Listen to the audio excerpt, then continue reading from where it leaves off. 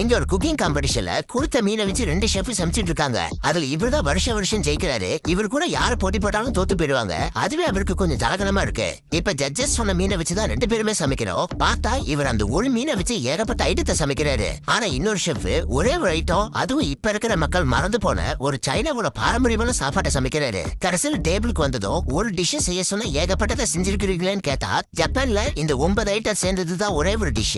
So நான் செஞ்சது Japan குசின்னு சொல்றாரு. ஜட்ஜஸ் எல்லாத்தையும் சாப்பிட்டு பார்த்துட்டு இவரோட நல்லா இருக்குன்னு சொல்றாங்க. அடுத்து அந்த ஷெஃப் சமைச்சது எடுத்து சாப்பிட்டு பாக்குறாங்க. அதோட டேஸ்ட வாயில வச்சதுமே அசந்து போயிடுறாங்க.